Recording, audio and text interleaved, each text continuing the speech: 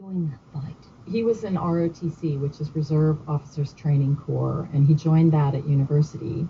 And he had several years to dedicate to the Army in exchange for paying his college tuition. I think that was the deal.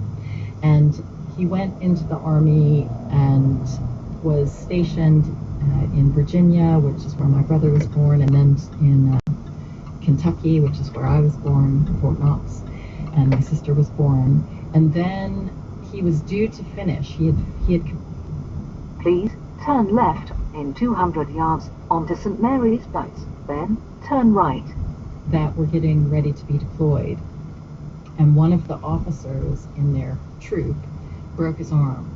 And so they were down one man, and they needed someone of a certain rank with a certain background to fill the spot. And dumb luck, it was my dad. Now turn left.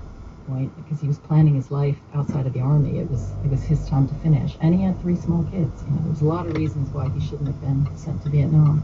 However, they weren't able to reverse that decision, and he was sent. Mm-hmm. And he was 25 when he left, when he went to Vietnam. And what was the year? Please turn right in 200 yards onto Broad Street, then is your destination. He home the following July. In the meantime, he was stationed in what was Saigon, the capital of South Vietnam. They were billeted in hotels around the city of Saigon, and there was a large supply camp that was set up on the port, right at the mouth of the Saigon River on the ocean, on the sea. And so it was a giant supply camp. It was the 509 Field Depot. And he was assigned a warehouse, and it was his job to record and distribute anything that arrived to his particular wharf. Well, today is, well, I don't know what today is. It's either Thursday or Friday. And this is Trisha's dad's voice. Because when he was out there, he and Trisha's mum would record messages on cassettes and send them to each other. Now turn right. Well, I'll tell you, Susie, I wish I was home. I really do. But Well, I think it was definitely something that was being done. I don't think he was alone. Route recalculation. I think that was a huge part of it. So I know a lot of the tapes, my mom would just turn it on and she would say, "Oh, I'll just let you listen to the kids jibber jabber," and you could just hear us playing. Hi, honey. Today is Tuesday. Now turn left. And Johnny and Chrissy, I'm sitting on the kitchen table. Now take the 4th exit from the roundabout. Then where you have 4 little posts, the big stars sticking out, and you try and put them down and really sticks on them. And Johnny can play real well. He's got a whole bunch of them piled up now. Chrissy's helping him. And they're playing. Route recalculation. Haven't been able to hear. Please keep to the left in 200 yards towards A329, then take the 1st exit from the roundabout. Behaving a bit. So my dad wrote some very nice, very sweet parental advice to my mother, who was,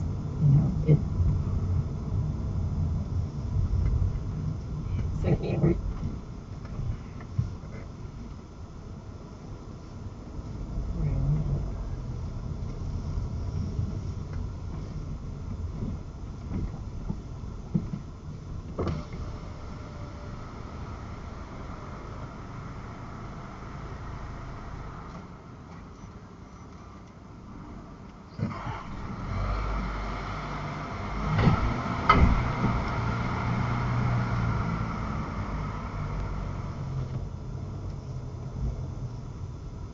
I think it will, but I won't be able to tell you for a while whether. Very good voice there, Beth. So good that it's very high and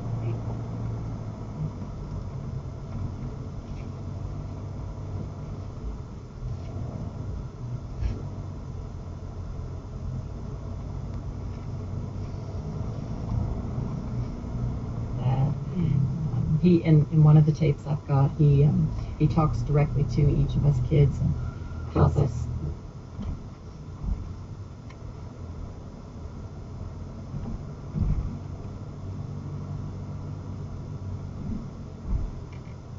tapes and to have a window into.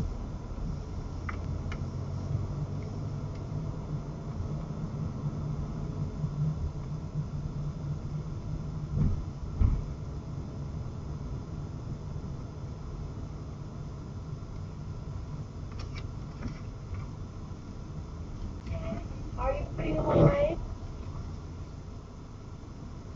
It wasn't all talking. Sometimes Trisha's dad would record music from the radio, so it was like he and Trisha were listening to...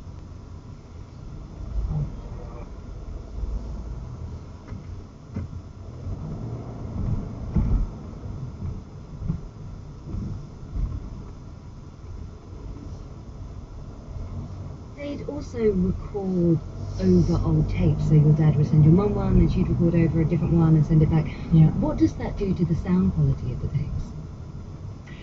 It's actually quite spooky because in a lot of the tapes you can hear one person prominently speaking, but then what was recorded before is still there, and you can hear it in the background almost like a ghost hanging out.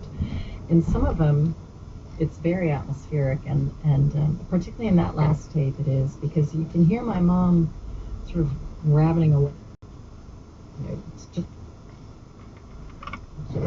kind of gossiping. I can even hear her smoking, which is hilarious. And my dad is saying some big stuff. He didn't realize it at the time, but he was saying some big stuff. Hi, honey. It's the 31st of March, Thursday. It's just 25 in the evening. I just got back from work.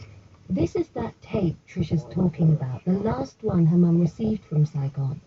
It was back from the Victoria Hotel where her dad was stationed.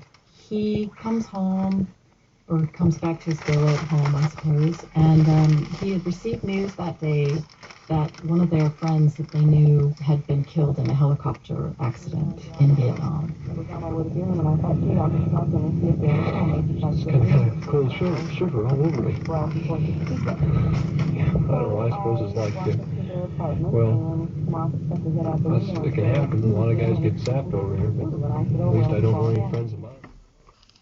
Starting normal recording.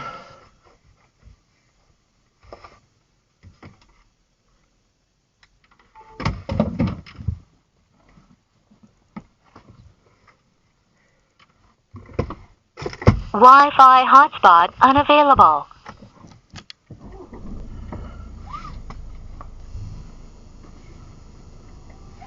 I've seen nearly every kind of typewriter.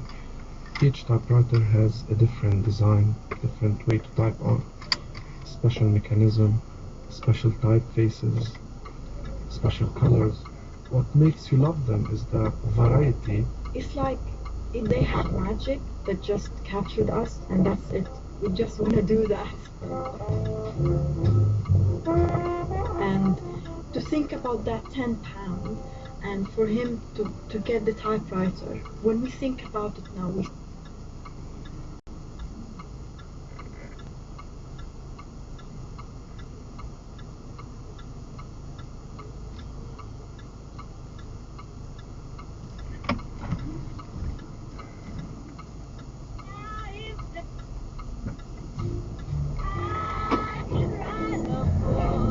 Juju and Walid Saad speaking to me in 2019. Walk and whisper and look. I'm Emily Webb, and that's all we have time for today.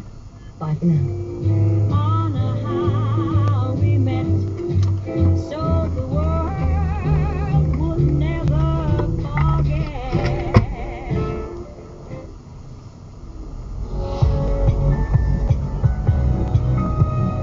Hello and welcome to Witness History from the BBC World Service with me, Alex Last.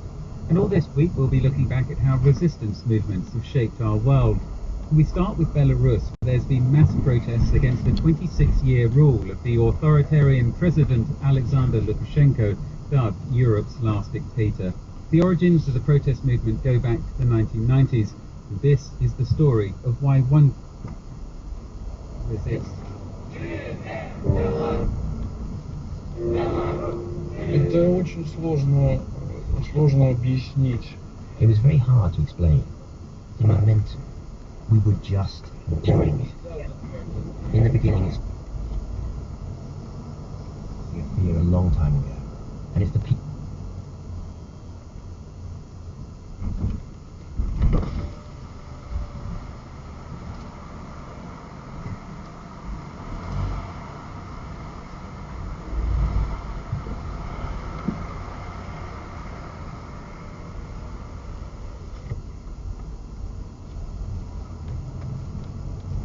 in the capital Minsk, when Alexander Lukashenko, a former boss of a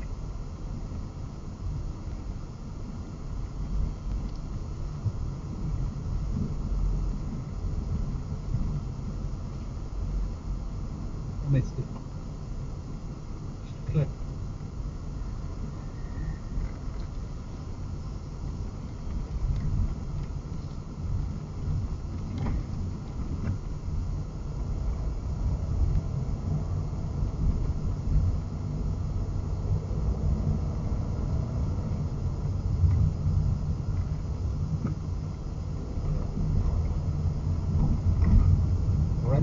giving him sweeping new powers. But opposition leaders say that the vote was rigged, and they've appealed to Europe to intervene to prevent the establishment of a dictatorship in Belarus. But Lukashenko's authoritarian rule was just beginning. Around this time, Nikolai worked as the editor on a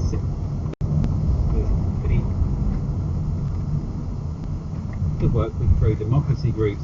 In Belarus, an opposition was allowed to exist, at least in theory, but any perceived opponents were subject to constant surveillance, intimidation and arrest, and soon things took an even more sinister turn. he created a kind of death squad that started to murder or destroy opponents of the regime. They had a particular method. In 1999, critics of the president, including a former interior minister,